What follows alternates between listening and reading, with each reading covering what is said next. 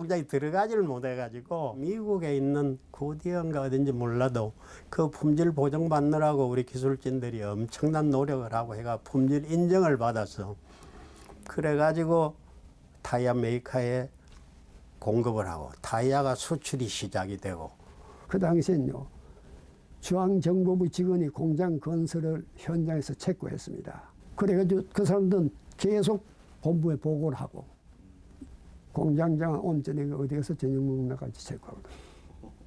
그만큼 전 국민 관민이 필사적으로 일을 한 겁니다. 한국의 수출 주도 정책은 세계의 허를 찌르는 대담한 전략이었습니다. 그 시기 저는 경제학자로서 제 평생의 가장 뿌듯한 보람을 맛보았습니다.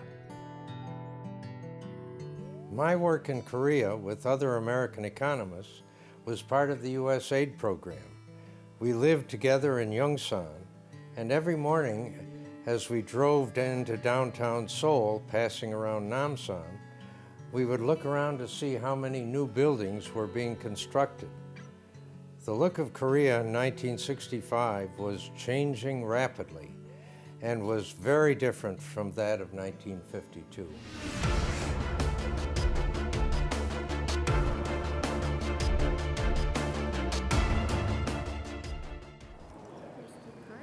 Thank you.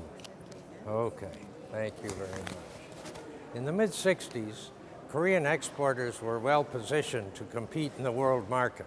Japanese exporters were becoming less competitive, and there were many foreign buyers based in Japan who were looking for new sources of supply for good exports to take back to the United States.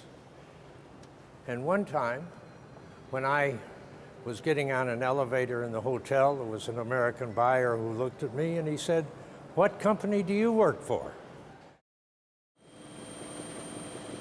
한국은 목표를 한 단계 높입니다.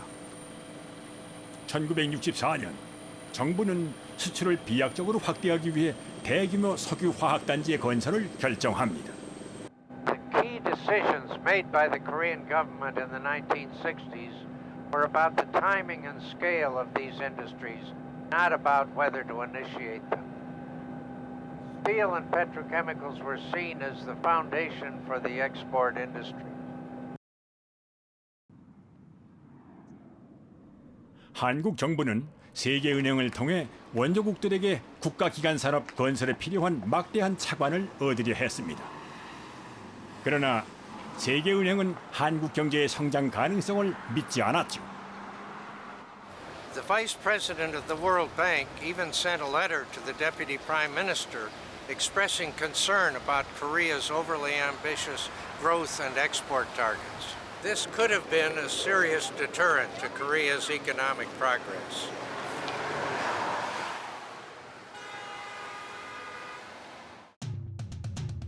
최초로 공개되는 당시 세계은행의 보고서를 보면 세계은행은 한국이 계획하는 대규모 석유화학단지는 한국 경제가 필요로 하는 원자재 수요를 훨씬 뛰어넘는 위험한 모험으로 분명히 문제를 일으킬 것이라고 경고하고 있습니다. 당시 세계은행과 한국 정부의 갈등을 가장 가까이에서 목격한 동료를 만났습니다. It's been a long, long time. Long time, yes. That must be You look about as 70. handsome as ever. Let's sit down and talk. Yeah. Okay. Oh, that's me. Oh, That's my head down.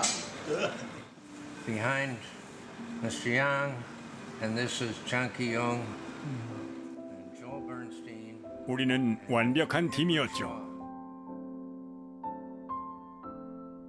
양윤세는 당시 경제기여원에 근무하면서 장기영 경제부총리의 개인 통역으로 해외 사절단을 안내하기도 했습니다. 그는 한국이 세계은행과 겪었던 갈등의 전말을 자세히 기억하고 있었죠. At one time, I led the mission and took them around the Ulsan, which was the place to plant chemical Right. plant and so forth. It was just mountain and nothing was there. It was Right. just very mountainous, hilly place And we went to one of the hills and showing that that will be the place where we were planning to do this, we were planning to do this. And when you look at this, someone is dreaming. It's not really talking. So they're bankers. Yeah. They're very conservative by nature. Yeah. So they get very conservative in their stating opinion. So whenever we had rather ambitious kind of planning, they will always put some reservation. Yes. Yeah. So that's why you felt probably impatient with. I think they came in the spring of 1965, and then they sent a report back saying, be more conservative, don't be too ambitious in your plans. At that time, actual contribution toward Korean economy from World Bank was not that much, but their opinion was always highly regarded because we had anticipated their involvement rather heavily in the future, and we always treated them cordially. So when they expressed that we were a little too ambitious and so forth, we just would nicely say, thank you very much, we will take into account of your advice very much. But I don't think we really paid much attention to that. Well, that was why I met with Jang Ki-young, and he said, can we do it? And I said, yes, I think you Koreans can do it. We were being very ambitious. And the resources that we mobilized from the Bank of Korea and from within the ministry and all of those things that fed into the development of the second five-year plan, and using a computer in Daegu at 8th Army headquarters. It was the only computer to which we had access. The EPB didn't have any computers at that time. When you tell the Koreans that they're being too ambitious, that they're trying to do something that's too difficult and they should give up and not try to achieve that goal, it's like waving a red flag in front of a bull. 정기영 경제부총리는 세계은행에 한국의 결연한 의지를 전합니다. 그것은 그가 직접 쓴 세계은행에 보낸 개발계획서 서문에서도 드러나죠. 이 경제개발 계획에 대해 의견 충돌이 많았습니다. 제 동료는 계획의 목표가 너무 보수적이라고 비판하는 반면 외국에서 온 친구들은 너무 야심찬 목표라고 말했습니다.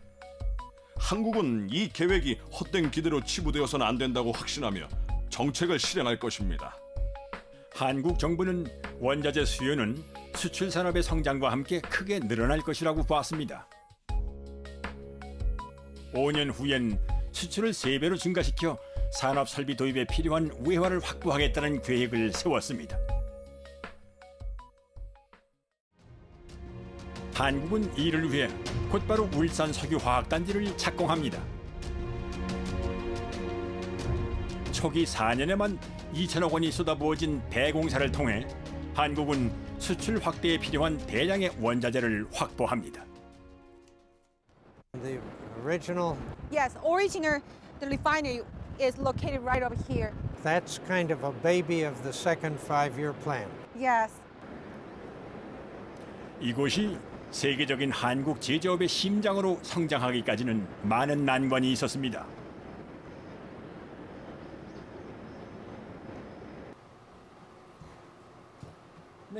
석유화학은 섬유산업과는 달리 높은 기술력을 필요로 하는 기간 산업입니다.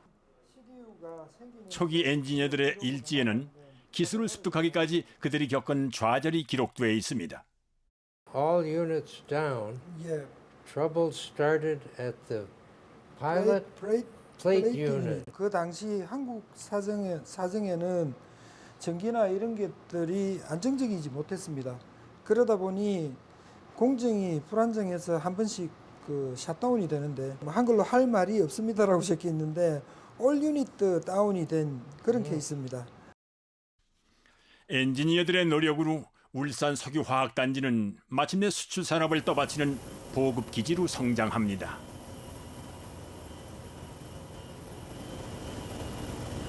This was the site of the first petrochemical plant in Korea. It made it possible for Korea to replace Japan as a source of raw materials for the Korean textile industry that was already burgeoning. It became a very competitive source of supply and supported a competitive export industry in textiles.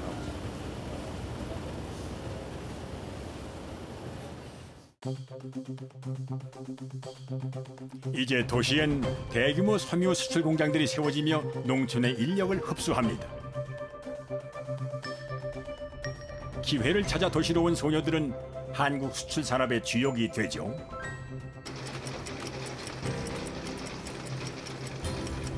기계를 돌리는 젊은 수출력군들의 정교한 손기술은 세계 바이어들의 관심을 한국에 집중시킵니다.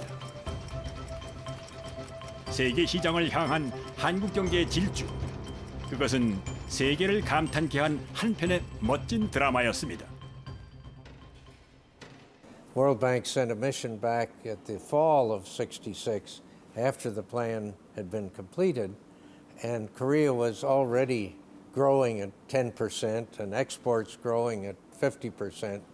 And my understanding was that the bank team, after that second visit, agreed that the 5-year plan was not too ambitious and that it had been well done, and